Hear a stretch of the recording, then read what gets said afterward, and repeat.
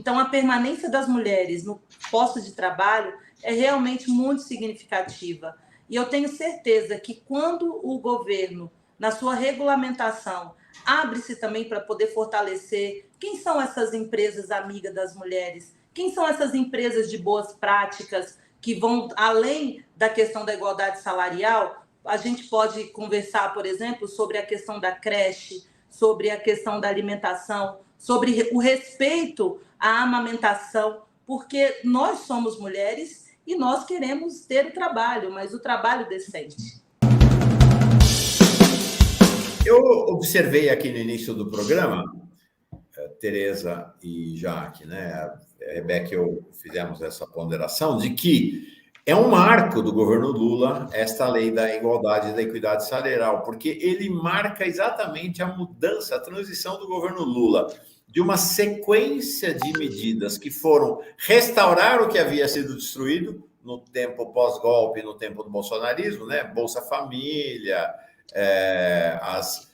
resgate das leis de cotas, Minha Casa Minha Vida e outros programas, para ser talvez o primeiro programa novo, o primeiro programa realmente de novidade, de trazer uma abordagem nova. É claro, desde a CLT há 80 anos fala-se em igualdade salarial, mas nunca ela havia existido. Então, é uma uma grande revolução e a grande novidade da primeira fase do governo Lula, e muito interessante, o governo acaba de completar 6 meses, nessa semana dos 6 meses, Lula sanciona esta lei. Começando com Tereza, vou começar pela Tereza, já que ela chegou mais cedo na salinha, tem a prerrogativa da chegada na salinha. Senadora, quais são os aspectos-chave, na sua visão, deste projeto, agora tornado lei? Aproveito para cumprimentar a Jaque, companheira, primeira relatora na Câmara, e Rebeca Mota, que vão também participar. É como você falou, Mauro, o governo Lula está demarcando o campo, né?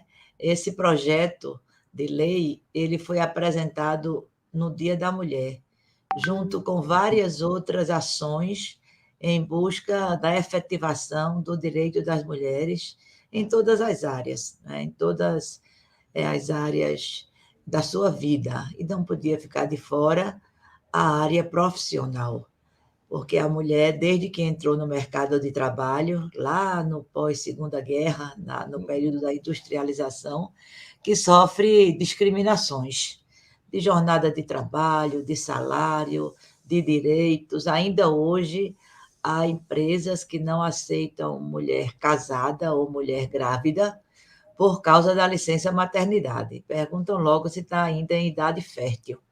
Então, isso, no âmbito profissional, está sendo corrigido por essa lei. Você falou, e é bem verdade, que a igualdade salarial existe preconizada desde a CLT, por 80 anos, né? Porém, essa lei, ela cria outros mecanismos. Primeiro, porque ela se refere apenas à mulher, e não é pouco. Eu digo apenas porque o foco é na mulher.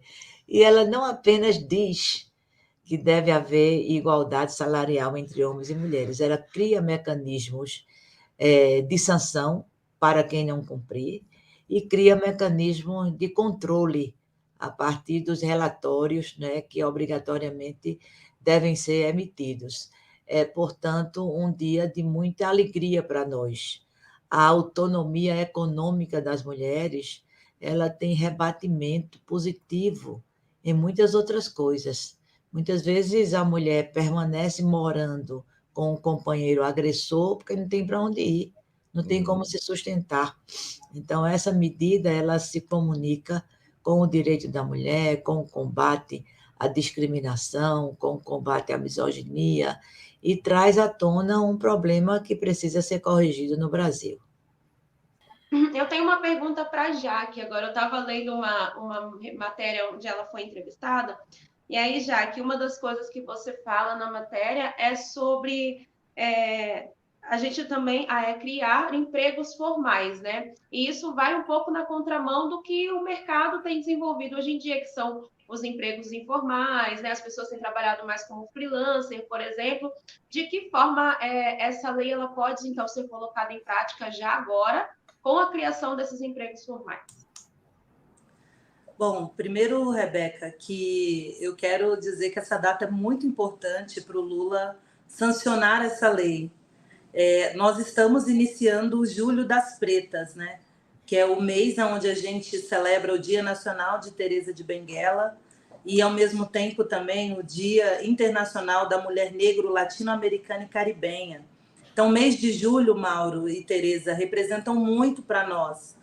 E quando a gente fala sobre essa desigualdade salarial, a gente fala, e as pesquisas apontam isso, que uma mulher negra, ela recebe 46% menos do salário que um homem, seja ele negro ou não negro. Então, quando a gente fala que dentro dessa perspectiva da criação dos empregos formais, nós estamos falando de trazer à tona uma parcela significativa da população, que são as mulheres, e aí dentro desse recorte, as mulheres negras, para essa formalidade. O presidente Lula, ele já fez 2 aumentos reais em relação ao salário mínimo. E o que essa lei trata também é sobre uma visão de que essas organizações elas precisam apresentar, sobretudo, qual o seu plano de permanência, capacitação e até mesmo fazer com que esse plano de ascensão das mulheres também em espaços de poder e decisão dentro das organizações. É claro que, como bem disse a nossa senadora Tereza, ele tem uma sanção para quem ter esse tipo de descumprimento. Mas a partir do momento que essa lei é sancionada e que o Poder Executivo vai regulamentar tudo aquilo que está colocado, existe uma mudança muito significativa. Era uma lei de 1943, dentro das leis trabalhistas, depois 1952, depois 2017, quando houve a reforma, mas nenhuma delas tratava efetivamente as mulheres enquanto protagonistas. Então, foi muito importante que essa lei, vindo do Executivo, para que a gente pudesse construir dentro da Câmara Federal, a Tereza construindo no Senado, essa vitória. Porque, além da gente falar dos empregos formais, da valorização das mulheres nesses espaços, a gente também tem uma perspectiva econômica, que é de você incluir essa que é a maior parcela consumidora.